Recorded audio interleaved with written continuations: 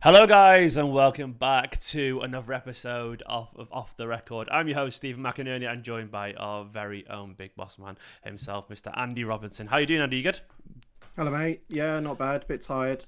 It West was Ham, late, isn't late it? shift last night. Yeah, no, That was the night unfortunately it before. wasn't. That was the night before. Never Yeah, mind. that's a drinking related tiredness. But last night was a graft related tiredness. Oh, well, Yeah, so it went quite late last night. it really did. Thank you, Um, Nintendo. Thank you, yeah, Nintendo. Not that and you then was... obviously Xbox decided it was a really good idea to drop their own announcement at 1 a.m. UK time. So that was a nice little surprise when it just winding down. I was. There's no rest for the video game world, is it? There really isn't. Everything should be centralized, you know. They should find some way perfectly in the middle of the day, but they didn't do that, and that's why we're here right now to chat about Nintendo Direct as well. And of course, alongside him, another very tired man, probably the tired old hack himself, Mr. Christopher Scullion. How you doing, mate? You all right? Yeah, I'm good. Definitely emphasis on the tired today. And also my ego's taking a kicking already because already in the chat, Joe Taylor says, "Yay, Andy's back." So no one gives a shit that I'm here. So At least people know your name, mate. Put it that way. Look at it that way.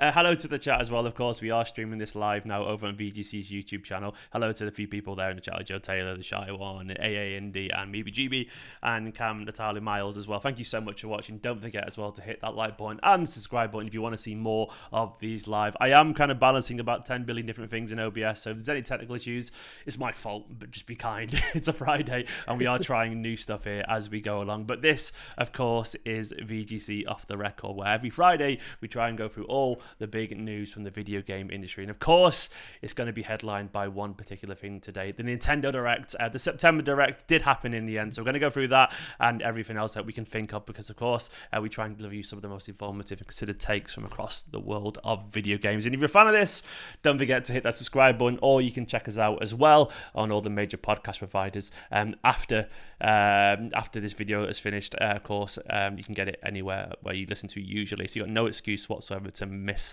this. But anyway, it's a big day for Nintendo. Well, it was a big day for Nintendo. This is the day after that.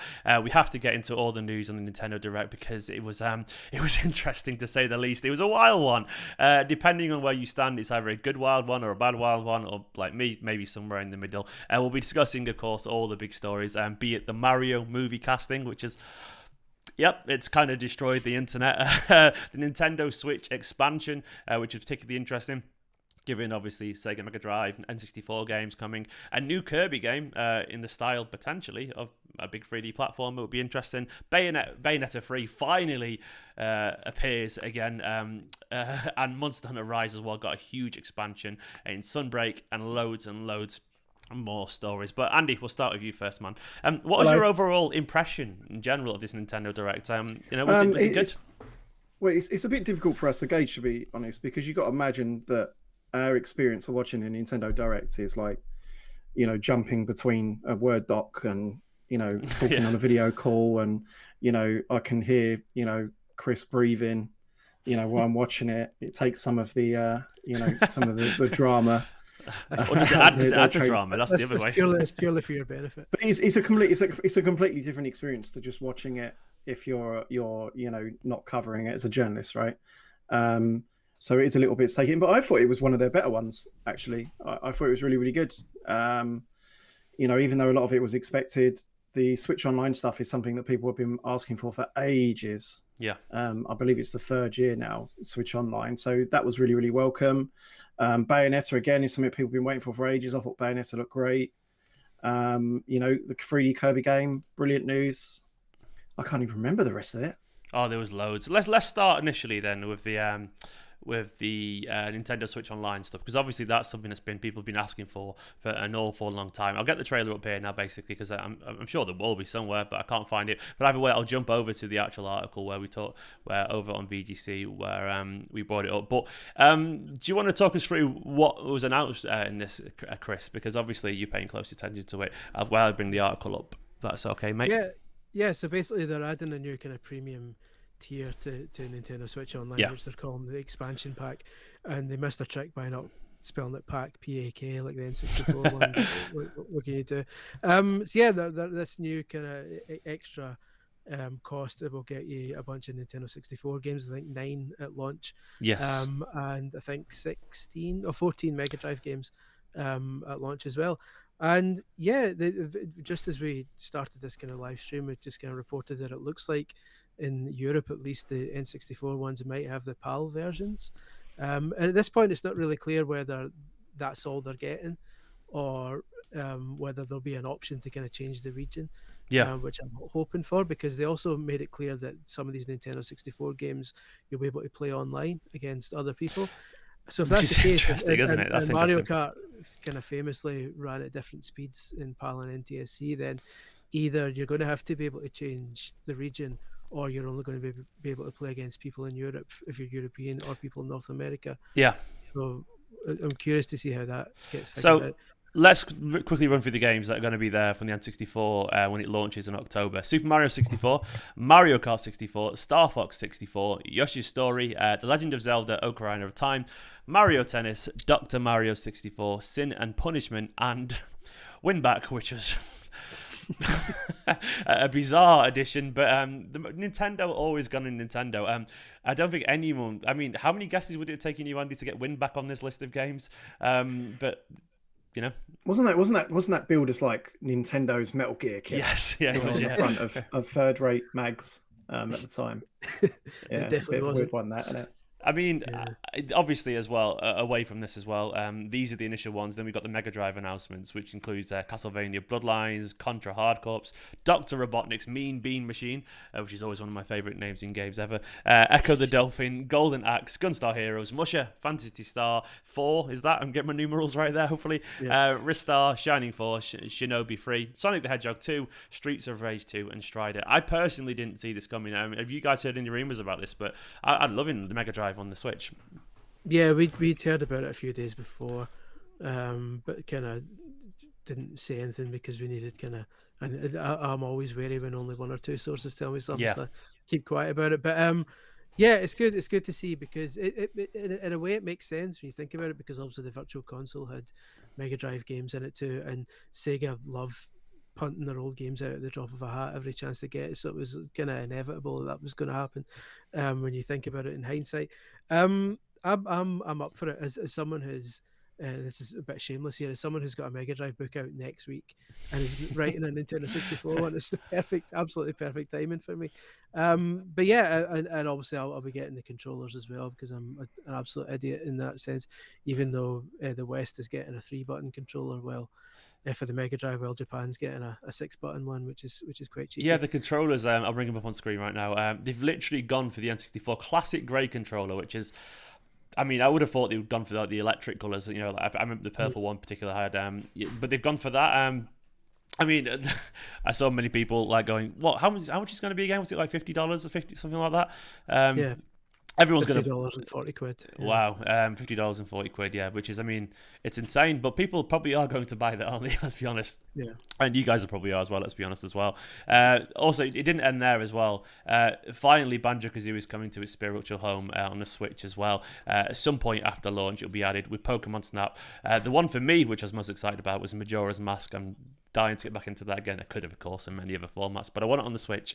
Kirby 64, Mario Golf, Paper Mario, and F-Zero X. What do we reckon this extra cost will be? I know it's just a guess here, but because obviously it's going to be more expensive, isn't it?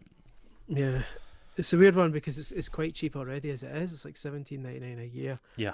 So I'd imagine they'll maybe add at most a couple of extra quid a month on it, but that's complete guesswork. I've no idea. It's Nintendo. I think it's pretty cheap already, to be honest. Yeah, I agree. I think it is as well. Definitely. I mean, see what they do with this. I mean, even if they, you know, I don't think they'll go as far as doubling it, and even then it feels decent value. You're getting all the Mega Drive games and the N64. So, well, consider how much they used to charge for a single N64 game on Virtual Console back in the day. You were talking like £7-8 for one game. So I don't mind. The Virtual Console was atrocious, wasn't it? Yeah, and especially seeing the price they go for nowadays, the actual games, because of all the carry on that's going on with auctions and stuff like this. This is practically a bargain. I agree with me GB, by the way. The yellow N64 controller was the best one. I agree. Oh, It's quite sporty. It's like a Lamborghini. I think the one you liked the most is whichever one you had. So for me, it was always like I love the one I had. You know, that's life in general, right? That's what causes all the grief online, as we know. as we know, I like to think everyone watching this as well is they're just a general gamer fan. They're here to chat about the games. Another interesting point. Another interesting point by apologies for butchering your name, but Joao Rosa saying, why is Castlevania and Contra on the Mega Drive list? Aren't those already on like kind of Konami's retro collections?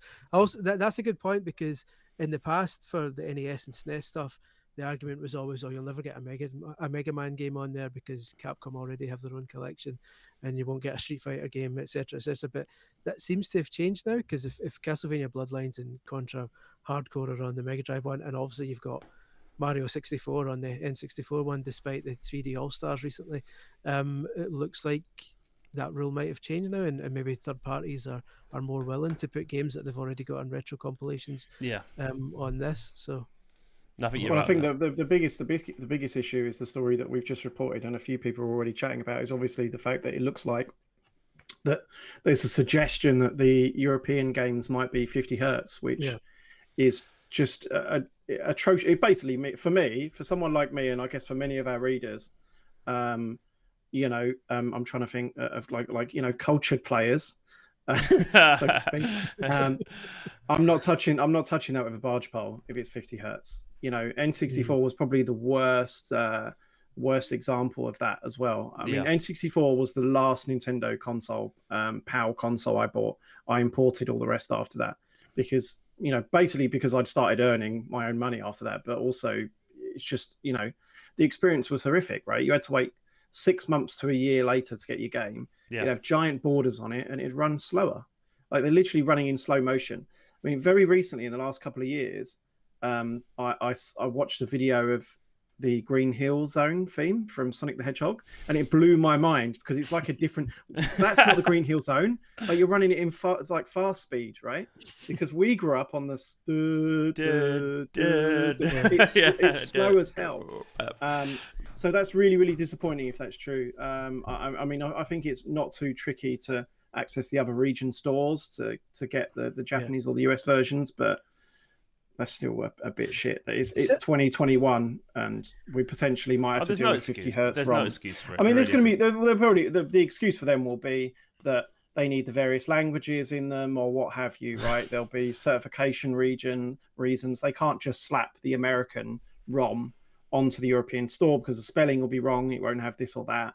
So I get that, but that doesn't make it less disappointing, to be honest. It's something we'll need to investigate when they launch, because I'm not certain, although you can change the region to get different eShops and different games, I'm not certain you can do that with America. I think when you go to an American eShop from the UK and download a game, you just get the English language game. But at the same time, I remember when the Switch launched and I tested, if you go to your Switch region settings and change the actual console to United States region, and reboot it. Change it to Japan region and reboot it. All the games are in Japanese. So I'm wondering if you can get around it that way by going to your Switch's kind of region settings and changing it to a United States console and rebooting it, and maybe then you'll get the 60 hertz games. But that's a bit of a faff to just to get 60 hertz. But it sounds like there's at least a couple of potential options of getting around it, because by and large the Switch games, when you download them from the eShop, are just the same kind of game. It just switches language depending on what region your console's set to. So it sounds like there's a way out, basically, which is fingers crossed. I mean, the collection of games though was of going back to. I'll leave the technical stuff to you guys. But going back to the actual collection of games, it was decent. I thought it was pretty solid. A couple of notable absentees, of course. You got Banjo coming up. Well, they have Perfect Dark coming up. That's the interesting one. Obviously, GoldenEye as well, notable. But either way, I don't think that really was the headline from this. I mean, it was, but it wasn't. I'm going to go over to one of the weirdest fever dream stories I've seen in an awful long time. Chris Pratt, it will be playing Mario in the forthcoming Illumination-produced Mario film. Yep, it's absolutely wild. Chris Pratt has been speaking as well about it. He said, what did he say? He said, it's a dream come true. Absolutely bizarre. Here is the list of cast on screen right now. I mean, personally, it blew my mind when this was announced. It felt like Jenny was watching some kind of meme 4chan post or something like that going off. Bizarre. If you haven't seen this yet, this is the list of upcoming cast. Chris Pratt as Mario. Anya Taylor-Joy as Peach, obviously the Queen's Gambit style there. Charlie Day as Luigi. Jack Black as Bowser. Keegan-Michael Key as Toad. Seth Rogen as Donkey Kong. I'm saying this out loud. This actually is happening. Fred Armisen as Cranky Kong. Kevin Michael Richardson as Kamak. And Sebastian, I cannot pronounce his surname, as Spike. And then, of course, Charles Martinet. Surprise cameos from him. This happened. This is a thing. Yes, is all I can say to that. Bizarre. I mean, obviously, it's so ridiculous, that list, that you could literally tell me that any actor is playing any other character, and I believe you. That's how bonkers that list is. I mean, big names. It's not for us, right? I mean, it did really surprise me because Nintendo's usually super protective of its IP, as we know. I mean, this is the first movie it's allowed in probably best part of 30 years, right? Yeah. So I was expecting them to be a bit more conservative than just slapping Chris Pratt on Mario and saying, get on with it. I mean, maybe that might still be the case, right? There's been a lot of speculation that they'll have an out where it'll be, Chris Pratt's been sucked into a games console and he's playing Mario, right? I'm just laughing at the comment. Sorry, a Prattformer instead of platformer. I'm enjoying that. Yeah, that one's doing the rounds. Go on, you said. So I expected them to. They'll probably still find an out, right? Like something like that. That Chris Pratt's been sucked into a console and he is Mario, sort of thing. So they're not rewriting the rules of their own IP. Like Chris Pratt is not now Mario. Yes. It seems like a very odd. That would, for me, seem very unlikely thing for them to do. Like change their IP in such a significant way, where the voice that we associate with Mario is so incredibly iconic, right? Charles Martinet is Mario, so to suddenly change it is just a huge, jarring shift for anyone who's been exposed to that franchise before, which is everyone, right? Yes. So I expect them to have some sort of out like that. And that's what I was expecting, to be honest. I was expecting that it would sort of be like, with a Sonic movie, this is probably not the best example, but Sonic is almost like the supporting character. Like, it's a story about this cop guy, and Sonic is there as well. Or Detective Pikachu as well, right? Yeah, Detective Pikachu, they had an out, right? What's his face is not Pikachu. This is a bit of a spoiler, but there's a narrative what, reason you're telling why me Ryan Reynolds isn't actually Pikachu? No, I know what you're getting at. There's a narrative reason why they've managed to slap a celebrity on Pikachu, right? Yeah. I expect that this will be the same thing here. I do think there's going to be some kind of body swap or something like that. I saw someone suggest on Twitter that maybe actually it's going to be everyone's transported into the Mushroom Kingdom or something like that, and these because maybe Charles Martinet is actually Mario still, and then actually these people become whoever they are. I mean, on screen right now, it really is fever dream territory. I mean, Seth Rogen as Donkey Kong that could be his genius for what it's worth. Seth Rogen and Jack Black as Bowser. That's pretty exciting, right? That is exciting because Jack Black, he'll absolutely sell. He's going to go for that. Yeah, of course he will, and that's what you want. I mean, it's like in the way that obviously Jim Carrey really went for Dr. Robotnik as well. To be fair to him, and he did, and that was one of the better parts of that Sonic film. I honestly think the Charles Martinet cameo thing, by the way, I think that's a big, red herring. I don't think that's true. There's some speculation on Twitter that the way the plot will go, and I totally agree, is that Charles Martinet will be Mario, and then all of these actors will get kind of sucked into a games console, Jumanji style, and then they'll use them as their avatars. Yeah. I mean, I'm going to get made to look completely stupid when it's like, no, Chris Pratt is now Mario. When Mario Odyssey 2, it'll be Chris Pratt. I mean, one thing I will say is it's a big budget film looking at the cast. I mean, we can be cynical as much as we like, but they're putting a lot of money behind it by the looks of it, because that's not a cheap cast. It'd be typical Illumination stuff, isn't it? Yeah. Like, I'm not a massive fan of their stuff, to be honest. You're not a Minion fan, Andy. You haven't got a Minion Plus, you're just knocking around. No, it's all very middle center, isn't it? It's always very safe. I mean, regardless of the IP, this is the cast they would have got. for anything. Yes. This could be like the Scooby-Doo movie, you know, and the cast would be exactly the same. The people where they want to go and get. We want to go and get Chris Pratt. We want to go and get Anya Taylor-Joy. Like it is what it is. It is what it is. Go on, Chris. I'm gonna be the minority here based on what the internet's saying. I'm well up for it. I'm up for it. No, I'm with you. I think it's so stupid. That's why they're not. not up for it. I'll tell you why, because I was saying this online last night. And as I say, this is an enormous Mario fan with ridiculous curtains. I'm done with it. I'm done. I'm so burnt out with the new Super Mario Brothers kind of aesthetic in all the kind of lunch boxes you can buy and all the notepads. Because you have to look at every time you bloody open your curtains. All the merchandise and everything is the same Mario like CGI models you always get. I'm just done with it. It doesn't do anything for me anymore.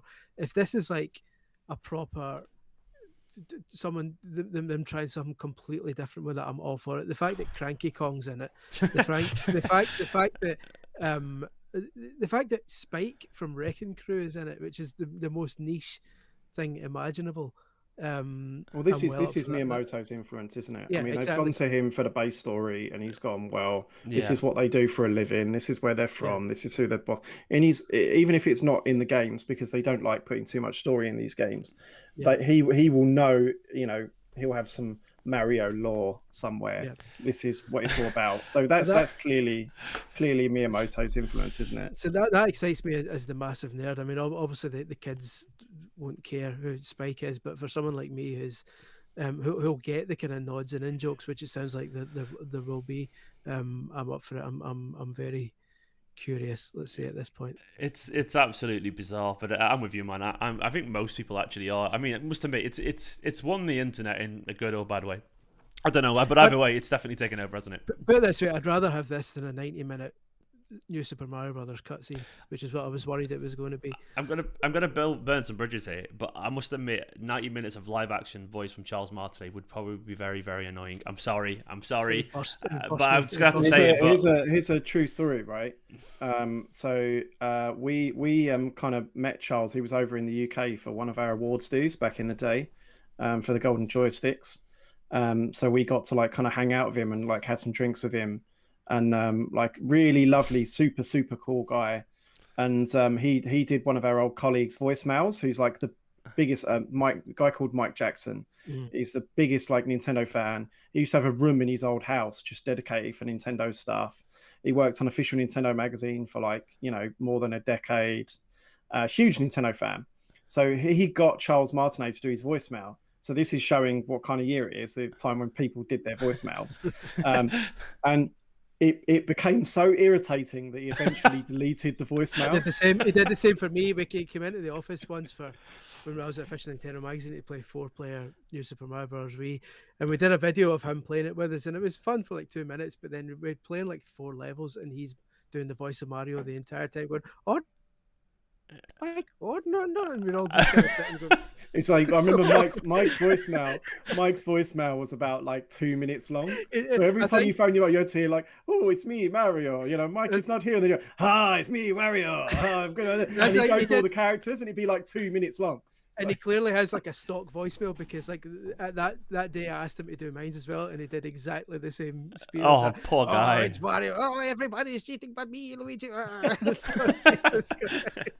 But, there's other stories from that night which probably aren't. Yeah, the ones that we can't share. Yeah. No, we need to share them. We need to share all of them right now this second. No, maybe not. I guess. Certainly not. Oh, bless him though. What a lovely guy. He sounds adorable for what it's worth. And fair play to him. I do feel bad for him, because like before. Do you think he's been paid off to just like see you later, Charles? Before he got the Mario gig, he was your kind of stereotypical struggling actor in Hollywood, like trying to like getting lots of smaller roles and trying to make his big break. And when he was literally like, he got this role because he was just doing the statue at the booth, right? Like he got a booth job. Pretty much. And so nearly 30 years a graft, like get finally as Mario, and then finally the big Hollywood movie. The thing is, before he was involved in Mario, he was kind of striving for his entire life, and then they're just like, "Nah, mate, we'll give it to Chris Pratt, give it to the Jurassic Park guy." Yeah, it makes you wonder why. But no, in general, this is a bizarre. Do obviously, of course, let us know in the chat and down in the comments as well what you make of this casting. It's absolutely bizarre. But well, this is 2021, and this is the world right now. Everything that you didn't expect to come true is coming true. So this is where we're at. Let's talk about an actual video game. I'll go over to this thing. There was an actual video game. Those things do exist, apparently. I'll jump over here. We've got a trailer on screen right now. You can have a watch if you haven't seen already. Kirby and the Forgotten Land. Let me turn it down quite a bit there. So this is a thing. Kirby and the Forgotten Land was announced. I did not expect this, to be honest. I didn't see it coming. But spring 2022, it's coming. And it's very much a post-apocalyptic take on Kirby, which was I did not expect that. Didn't expect it, but I kind of I was kind of vaguely intrigued. I mean, obviously, it says game footage, not final, and so on, and we've got a long way to go, but I think it looks sort of interesting. Apparently, it's taking inspiration from Mario Odyssey. I saw someone mention that online. I'm not sure how true that is. What is your guys' reaction to this? I mean, obviously, I'm personally excited that it isn't just another generic 2D side one, but they've been doing a lot of side-scroller ones recently, so something new is interesting. I'm up for it. I'm up for it too. It's basically Kirby The Last of Us. And I'm up for that. It's like when you saw the Nintendo had listed it a few hours earlier before the direct kind of went up, so everyone was kind of dancing around whether to spoil it or not. And you just got that one image of him kind of standing near a kind of a ruined building, and you're like, oh, here we go, it's going to be another 2D side scroller using that weird kind of half Smash Brothers engine that they use quite a lot. But then no, it's like a proper 3D platformer. I was like, oh, okay, well, I'm well up for this because it looks nice. I think as well. I mean, they're good for the art style. Yeah, there aren't enough kind of Nintendo published 3D platformers that aren't Mario games. So I'm Mm. I guess there's lots of rumors around Donkey Kong, wasn't there? Going to be, like a Donkey Kong game, and I mean, this isn't that, but I mean, it is nice personally just to see another 3D Nintendo platform. And to be honest, I mean, the locales, as you can see on screen right now, I mean, there's a variety there. They've got one bit where it looks like they're in some kind of like genuinely post-apocalyptic desert, which will come up soon against some giant rat thing or whatever it was. I can't remember what it was now, but I think it might be the lizard. There it is right now on screen.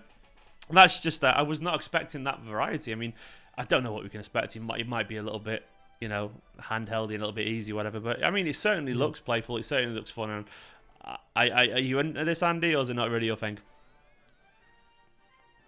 You're on mute. You're mute, Andy. I like the concept.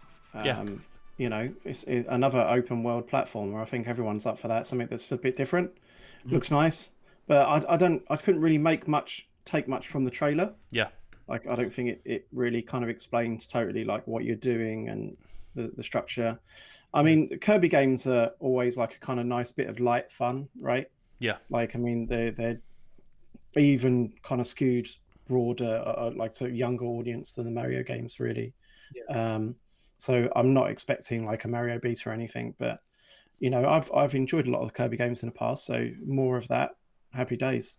Yes, that's how I feel as well. I mean, and to be honest, if it looks a little bit, I just want to see what they do. I mean, if they have taken the inspiration as well from Odyssey, I would be up for an Odyssey-like kind of game, given that Odyssey 2 doesn't seem to be anywhere close if that's even going to be a thing. You'd think it would be, but for now, I'm happy with this as well. I'm just hoping that they'll do what they sometimes do with 2D Kirby games, where the games themselves are like obscenely easy, but then they throw in some kind of puzzles in there that make use of the abilities to kind of add a challenge for people. And especially when you add a third dimension there, it's going to be really interesting to see how, certainly in the trailer, you saw a couple of wee kind of we saw Link Kirby, didn't we? By different abilities being used to solve, like, kind of, when you add a third dimension to that, it could make for some quite interesting puzzles where you might need to combine abilities to figure out what's going on. So that might kind of add the challenge to kind of get extra rewards, hopefully, instead of it just being a breeze all the way through. Yeah, of course, yeah. Bayonetta 3 came back in from the dead. Finally, we saw a big look at that. It's going to be released in 2022. We didn't get an actual release date, I think, if I'm right in saying there. Is that right? Just 2022, yeah. 2022, apparently, whatever that means. 2022. Finally, we know there's been a little bit of frustration as well, hasn't there, for Andy, from the Platinum camp about, how they felt like I felt relief for them as much as anything. That I've interviewed them about 4 or 5 times in the last 3 years. And every single time you have to ask, right, where's Bayonetta? And every time you ask it, like, they seem to, they're more visibly, like, going to combust. But this year they were dropping the hints, right? Even from the start of the year, they're like, maybe this year. I mean, I spoke to them just 2 weeks ago, and I pointed out, well, you said in January that you might show it this year. The exact quote was something like, "There's a lot of the year left." It's like, well, there's now 3 months of the year left. We're still coming, and they just can't say anything, right? Because it's Nintendo's thing. It's they're just the kind of work for hire dev in that situation. As weird as that sounds, that it's their thing. Platinum have been stuck in this rut for ages where they don't actually own anything they make. Yeah. So I know that they were really frustrated to get this out. I thought it looked great. I thought it looked really nice. Looks fun. I get the impression that it's been rebooted. That's the rumor. I don't know, but I think you only have to look at it. I mean, you could work it out, right? I mean, what they announced this game in 2017, December 2017. So it's 4 years ago almost. The director of Bayonetta 2 left at some point after that, I think. Yeah. And the guy who's directing this was directing Scalebound. So there's probably if someone went out there and got the bloody pinboard out and worked out all those dates, you could probably work out that one of those things probably suggests that there was a bit of a shake-up at some point. Yeah. Yeah, the guy who's directing it is he works on Astral Chain. As I say, he works on Scalebound. He works on Wonderful 101. So he's got Peace a long Walk as well, wasn't it? As well, he's got I saw that. But he's not worked on Bayonetta before. So in his kind of notes on their website, he kind of insisted that he's been doing tons and tons of research.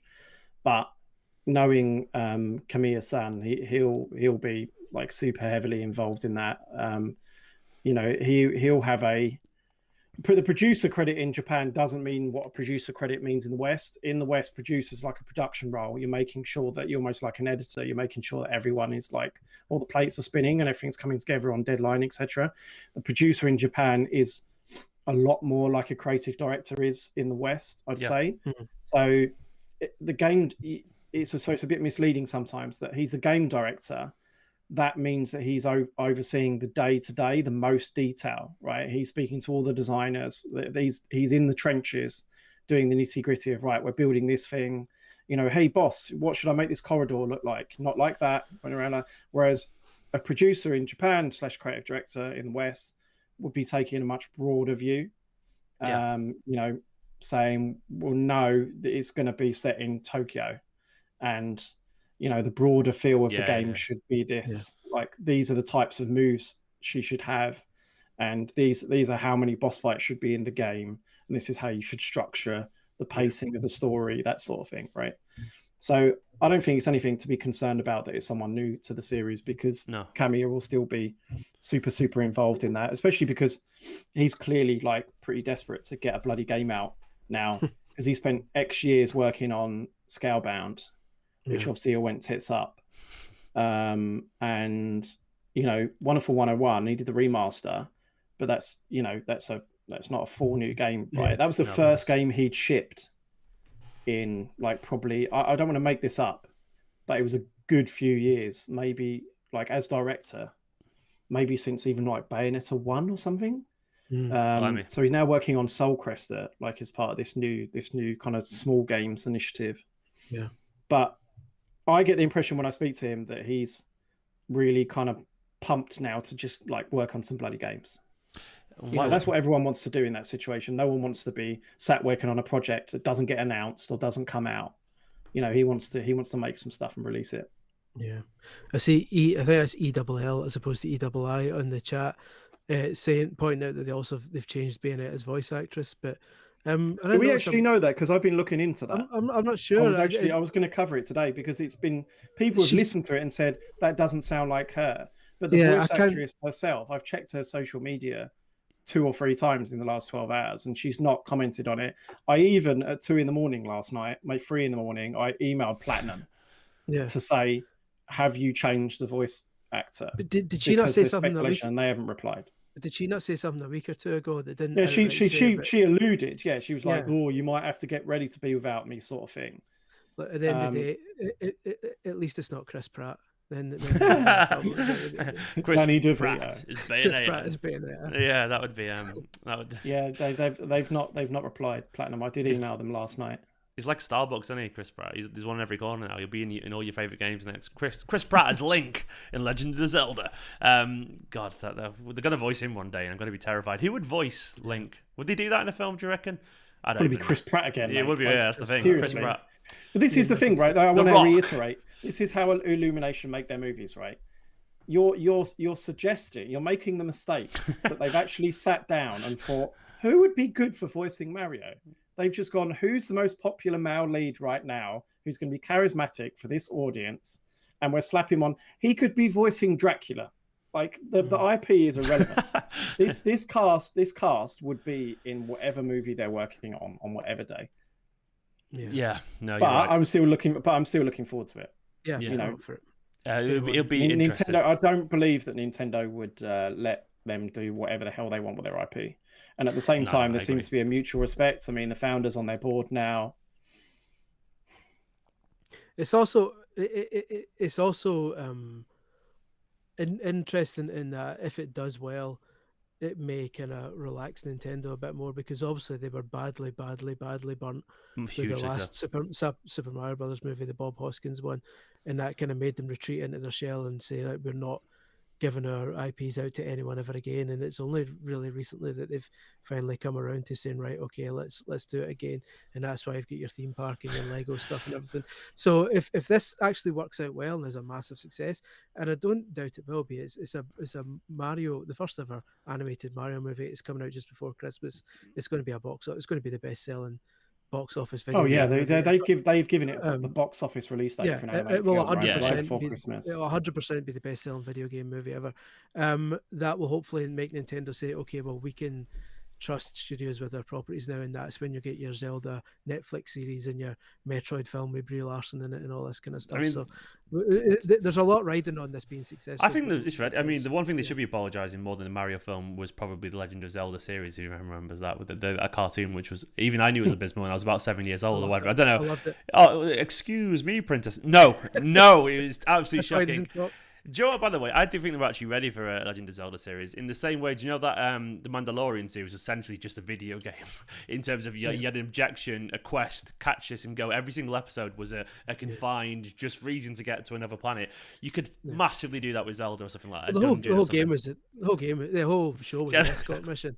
Exactly, yeah. I think sometimes you just need to give the fans what they want. Right? Exactly, I agree. And it's Chris Pratt as Mario, apparently. So you know, I mean, you look at like the Nintendo. The recent Star Wars films, for example, there's a lot of reasons that new kind of trilogy of films is a bit messy, you know, to do more with planning and stuff like that. But not that the world needs any more bloody discourse around The Last Jedi, but I didn't like The Last Jedi, but I appreciate it as a film. But the reason I didn't like it was because that's not what people who go to watch Star Wars want. Like, they've made this trilogy of films and they killed off all the heroes and stuff like that. Marvel knows what its audience want, right? Yes. Shooty bang bang.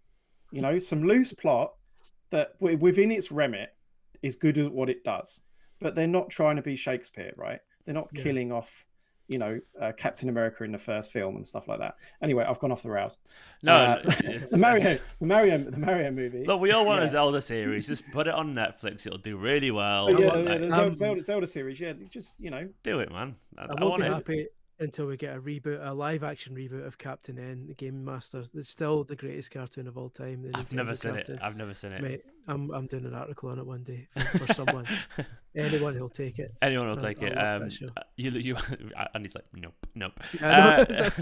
One thing that does exist, is probably be ready for a series one day of its own. Of course, Nintendo did premiere a new Splatoon 3 trailer on Thursday. I'm reading this from VGC's website, showcasing the sequel's single-player campaign. Nintendo said the next game in this incredible series features new and returning stages in 4v4 battles, as well as new weapons never before seen in the Splatoon games.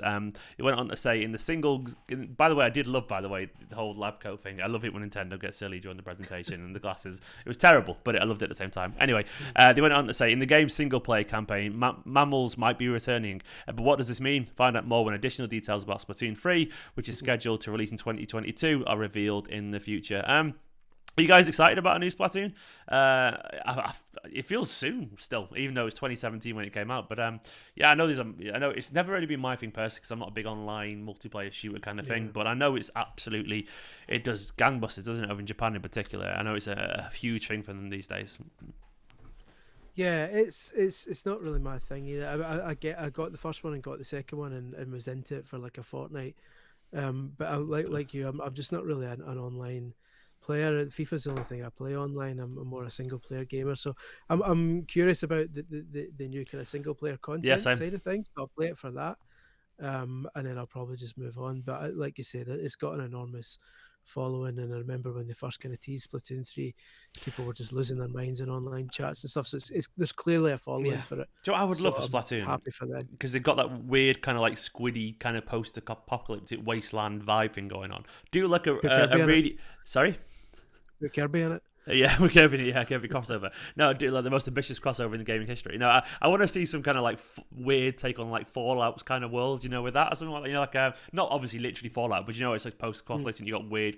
I'd just love essentially an open world. It's never going to happen, but I would love some kind of big adventure Splatoon game, maybe taking inspiration from something like Jet Force Gemini back in the day or something like that. But that's my personal preference. It will never happen. But people are very excited about it, as people were also very excited about Metroid Dread. We got another trailer for that. What's your hype level for Metroid Dread? Used to, you're up there, aren't you? You're very happy. I can't tell you anything about Metroid Dread. Why? I can. I can't even tell you why. I can't tell you things about Metroid Dread. I can't tell you why, but I'll give my verdict. My hype level on it, because obviously Switch OLED's out in the start of October. And obviously Metroid Dread's out on the same day, and it's like I've got a holiday booked for like a few days after the OLED comes out, and that's my holiday is sitting in a hotel playing Metroid Dread on my OLED. I cannot wait. It's been so long since it's not been massively long because Samus Returns was good. It feels long, right? Because of like Fusion literally came out before we started our careers. I feel like I've been doing this for what I have, like probably like almost 20 years, right? Yeah. The last proper 2D Metroid game, full new one, came out before we bloody started doing this. That's huge, right? Yeah, of course. So of course I can't bloody wait for this. I wasn't quite sure about Samus Returns, right? I love the feel of it. I think it was perhaps held back a little bit by the 3DS. But I like what they were going for. It almost feels like do you know what it reminds me of? Doom, the Doom reboot, in that it's almost like you go into a Zen-like flow with that, like the rock, paper, scissors type thing, like you're countering with the moves and then bouncing off the walls and sliding under stuff. And like it feels really nice to control. It feels like a natural step forward. Mm-hmm. The only thing I'm concerned about this game looks brilliant, by the way. Like I love how it feels like it looks like a merge between the Prime and the 2D games in terms of presentation. Like it just looks incredible. The cinematic presentation of it, right? The number one thing I'm really grateful about it is that they haven't shit the bed again, because Other M and to a certain extent Prime 3, they were trying to turn Metroid into something that it just isn't, right? They were trying to make it a bit broader in terms of its appeal, and ultimately Metroid is Alien. That's what it started off, right? It's an Alien knockoff. It's the isolation, the lone bounty hunter. It's an exploration mystery type thing. I don't want a cast of crazy bounty hunters. Don't turn it into a Saturday morning cartoon. Don't try and give her a bloody story. Like Other M makes me feel ill just thinking of that game. And it's a lot of that can be traced to the original team, to Sakamoto and the guys in Japan, who I feel kind of, in that time, it looks like they'd kind of lost a lot of the original appeal of what Metroid was. So I'm glad that even though this is, obviously primarily developed by a Western studio, I'm glad that this looks like a proper Metroid game, right? Like there's none, all of those doubts are gone now. This is very clearly a proper. For all I know, you get halfway through the game and the funny comedy robot sidekick turns up or something. You know, don't know. A guy turns up with a helmet, comes up, and it's Chris Pratt. Goes, Yeah. Chris Pratt is Samus somehow. So hopefully they've learnt their lesson somewhat, right? The only concern I have for this game, and they showed more footage of it last night, and I'm still yet to have this one kind of this itch scratched. Is it just me or is the music shite? Joe, I didn't pay attention. I can't even remember the music. Which I really hope, like, because even on the Prime games, right? I think it's I'm going to get bollocks for this, but it's like Yamamoto or something like that is one of the kind of main composers. Now, wherever Metroid, because this is how Nintendo works, right? They have certain people who are in charge of that franchise. Yeah.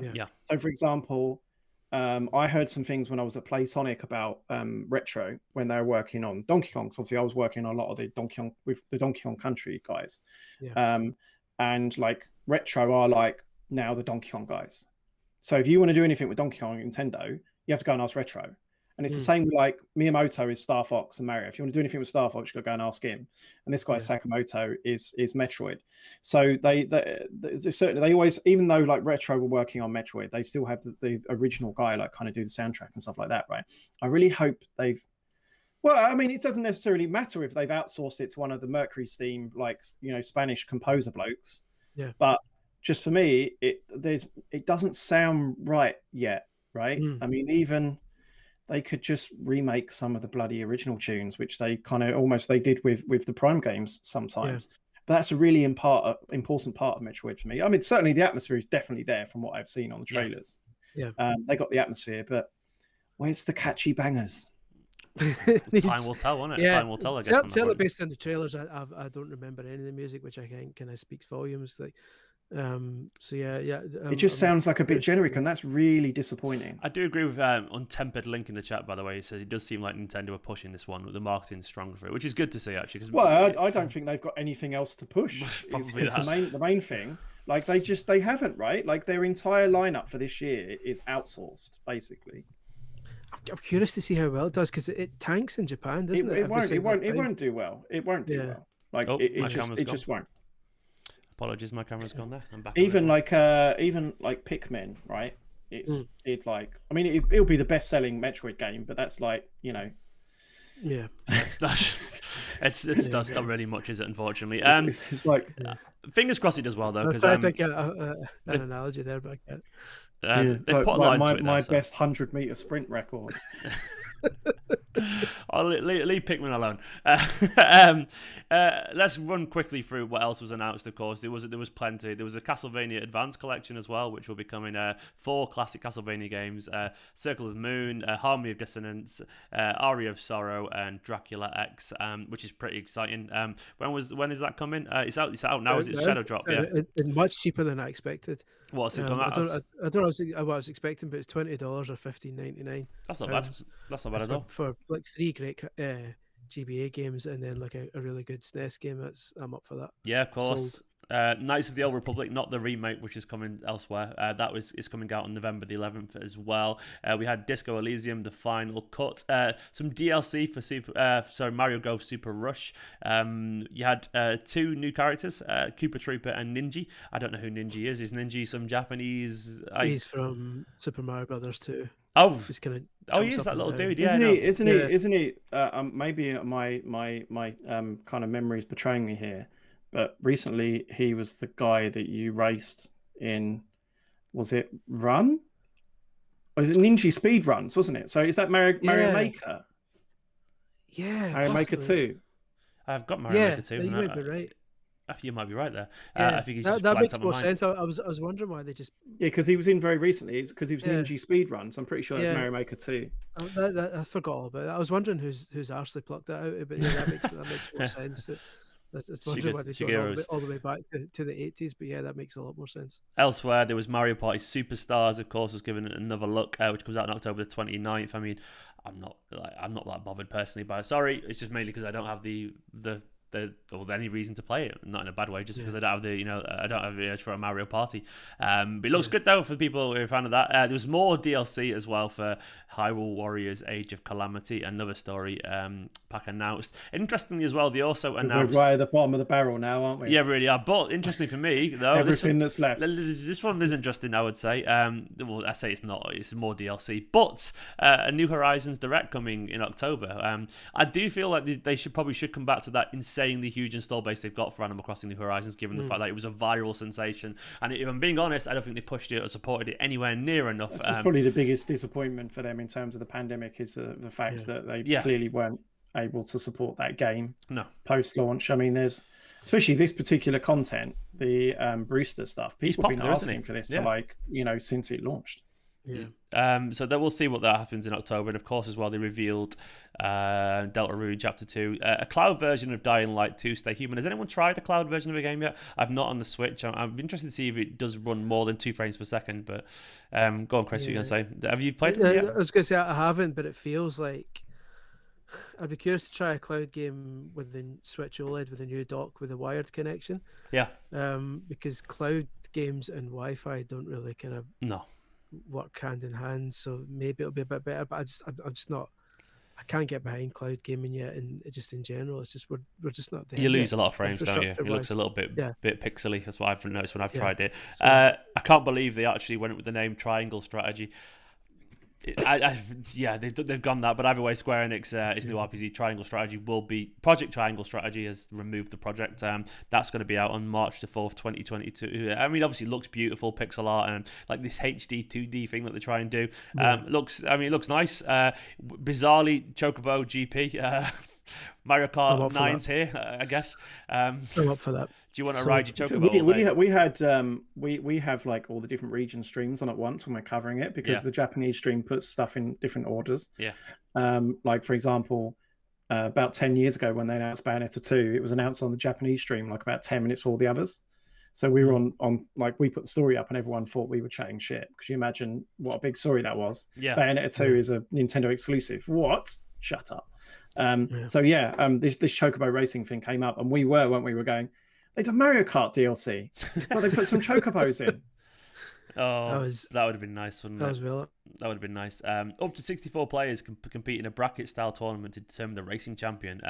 It's going to have online and local co-op as well. That's 2022 as well. Then, of course, the fan thing I'm going to mention is Monster Hunter Rise is getting a big old. It says didn't it say like massive expansion or something like that? I think that was the wording used anyway. Sunbreak, which will be coming in summer 2022 as well. To summarise in this end, was anything that you anything missing that you felt maybe should have been there, Chris, or anything like that? I mean, I cut off for like 2 seconds there. I don't know if you noticed. Basically, any notable absent CTs for you? I mean, for me, obviously, we knew we were going to get Breath of the Wild 2 so soon after the last one. Did you mention ActRaiser in the I didn't actually. No, I missed out in the roundup. Apologies. That was like a big surprise for me, because that was like I'm a big fan of ActRaiser, the SNES original. I've never played it actually. It looks like basically, from what I can tell, it's just a straight kind of remake of ActRaiser, but it looks like they've added a few extra stages and stuff. It's cool. It's basically half kind of 2D action platformer where you basically go through stages and wreck all the monsters, and then when the monsters are wrecked, it becomes like a god sim. Yeah, and you can kind of grow buildings and stuff and kind of make everyone happy. Then you just move on to the next town and kick shit out of more monsters. It's brilliant.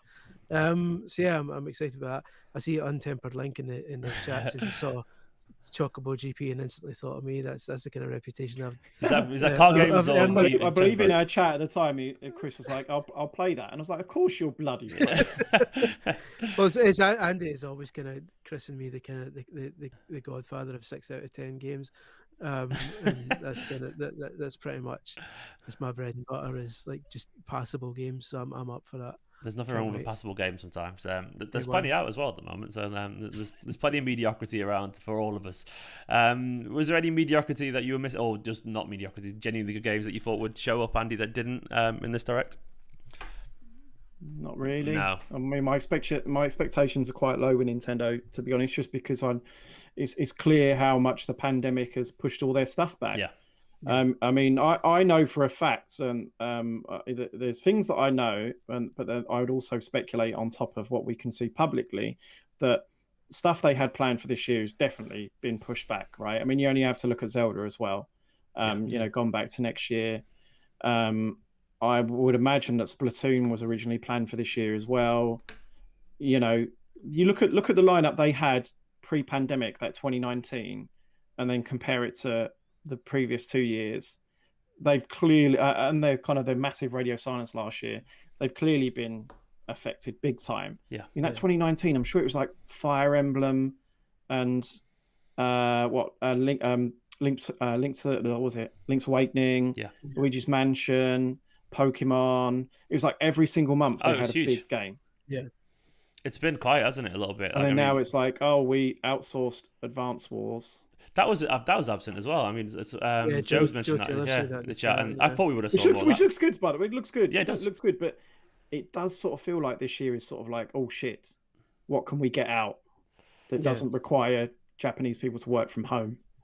Although it was quite funny that when they promoted the director, said, we're going to focus on the games coming out to the end of the year, and then pretty much everything's 2022. Yeah, mainly it was all the big ones. What year were you talking about? Maybe they're really liberally using the winter to extend into, I don't know, maybe winter. It's already looking like a good 2022 though.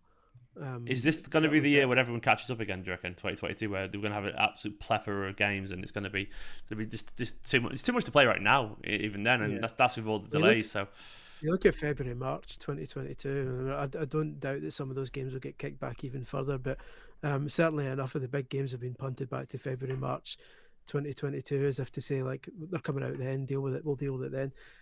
That's going to be an insane couple of months, and if some of those games don't get pushed back further, because everything seems to have just been dumped there, it's going to be insane. It's going to be, it's going to be wild. Guys, thank you for watching our second ever and first ever, with all three of us, live take of Off The Record. Thank you very much for watching, and everyone in the chat as well who's been waffling away alongside us. Hopefully you enjoyed this. Don't forget as well, you can check it out on all the major podcast providers as well. Don't forget to hit that like button and subscribe if you want to catch us every Friday afternoon. We will be going live around midday, so you've got no excuse not to miss us, because you know when we're going to be here. So we'll see you then. Thank you so much to the guests alongside me, Andy and Chris. Thank you, gents. There you go. And thank you for having me. We will. It's your site, mate. You got on whatever you want. Can I come on the live stream? You can do, man. You can do. But cheers, Eddie, once again.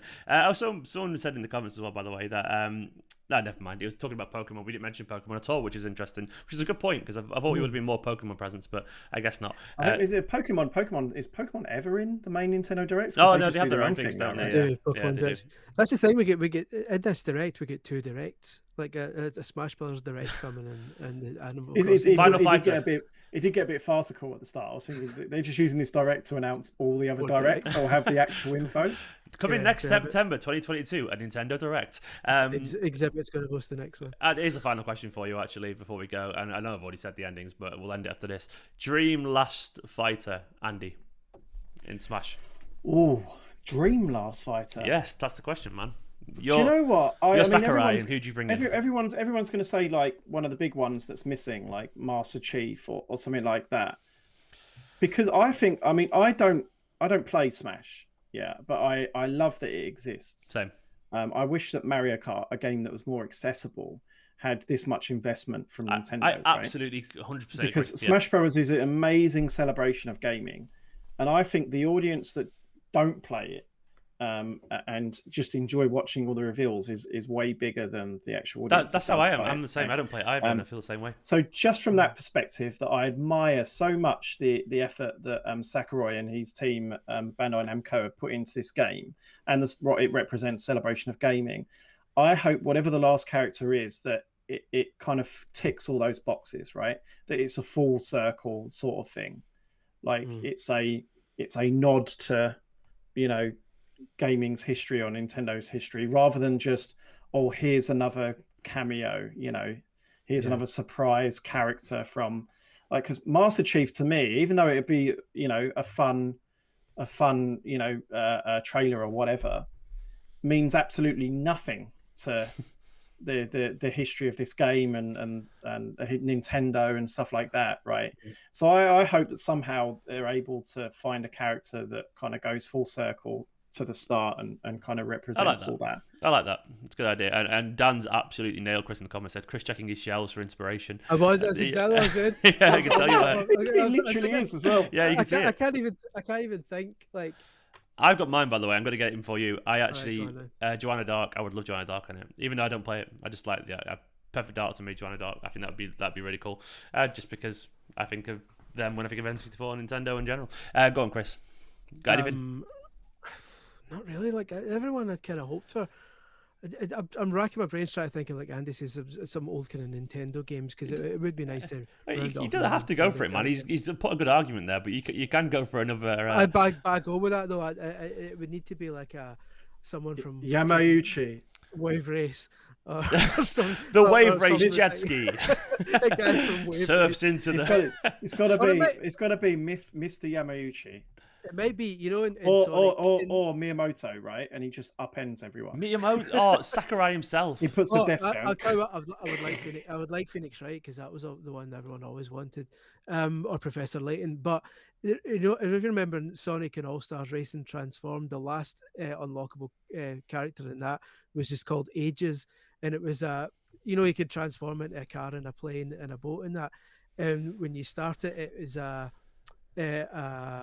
Outrun arcade machine was just the car, and when it goes into the sky it transforms into an Afterburner arcade machine, and then when it lands in the water it transforms into a Super Hang-On motorbike.